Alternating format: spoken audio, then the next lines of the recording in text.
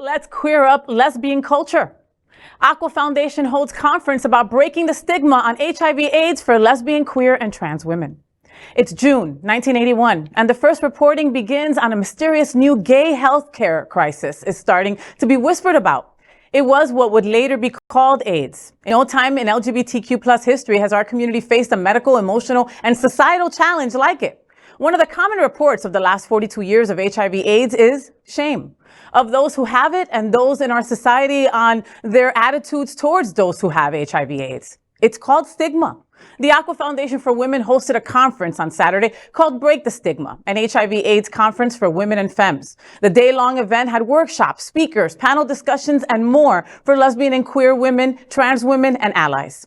The program talked about the health consequences, especially the mental health aspects of today's HIV. Moderated by Aqua Executive Director Mateo Ventura Bruer, panelists included Sunserve Director of Women and Trans Services Misty Eyez, LGBTQ plus activist LaTonya Hopson, and a whole lot more. The large crowd for the conference was held at the Happening Out television studios on the campus of Sunshine Cathedral. Aqua Foundation!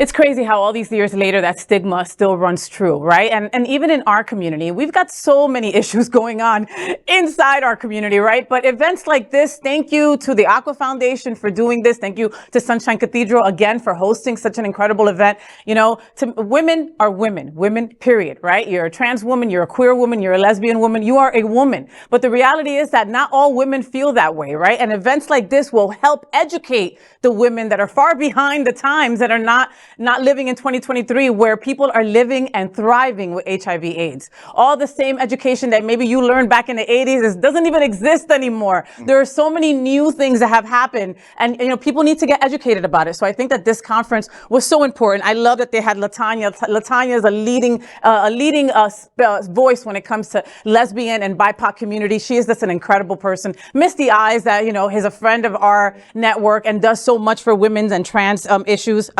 They had Deidre Murhead, that is another cisgender incredible woman on the panel. They had Taylor Patton, that also kicked booty. I mean, these women were just doing the damn thing. They were educating the masses, and people were here for it. I'm so looking forward to more of these events. There's one happening in North Miami at the Scott Galvin Center next month that I'll be TransCon that I'll be at as well. And we need more of these. We just do.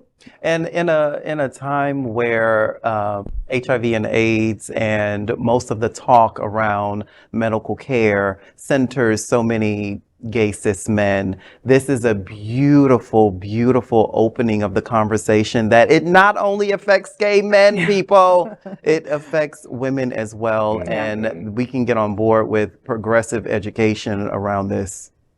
You know, I want to piggyback on that observation. You as a black gay man, white gay men say the exact same thing. It's the exact same observation on both sides of race. Wait, HIV/AIDS is about gay men. Now, I went to the event, and boy, did I learn a lot. Gay man directly affected in the 80s. I'm negative.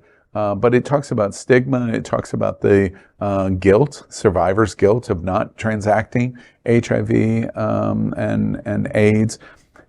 It's such an interesting perspective because it suggests why women were so particularly vulnerable. First off, women are really involved in this story because for the lion's share of the 90s, women, and especially lesbian women, were the healthcare providers of those that had AIDS. When people were afraid to be in the same room and to touch, it was women that really took the leading role. And there were so many beautiful stories told about that. The other thing that I think is really interesting is they talked about how women were really harmed in so many different ways. The church said, no, you don't have to wear a condom. And women became vulnerable to AIDS and then into HIV because they were coached to not use a condom.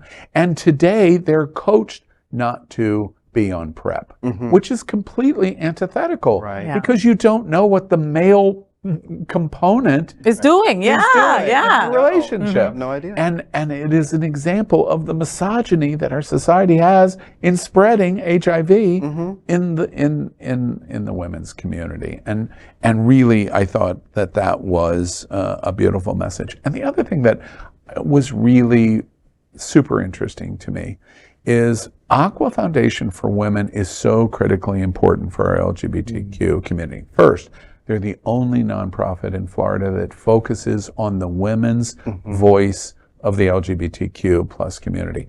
The participants in it were straight women, were lesbians, were identified as queer women, they were trans women.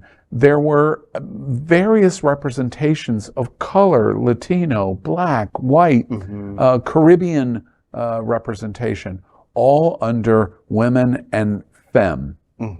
And I think really, really important that we give kudos, and at every opportunity we hold up organizations like Aqua Foundation for Women because they are so incredibly needed.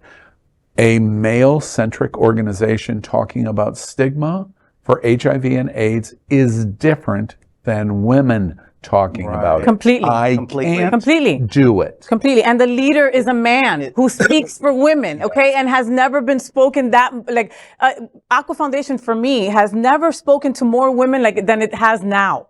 Right now, at this time, with a man at the helm. That's Interesting awesome, enough. Mateo. Yeah, when you I know? saw that, I was like, that is amazing. So great job, Mateo. Great job. We are Queer News Tonight, the world's first and only live daily LGBTQ plus evening news show, brought to you from Happening Out Television Network. We operate in the same model of PBS and NPR, but for the LGBTQ plus community. We educate, inform, and entertain by supporting the 10 pillars of our LGBTQ plus community, with more than 100,000 a week watching us on Roku, Apple Television, and other channels. To keep the story going, we accept donations with 100% transparency. Stay updated and live authentically with Queer News Tonight.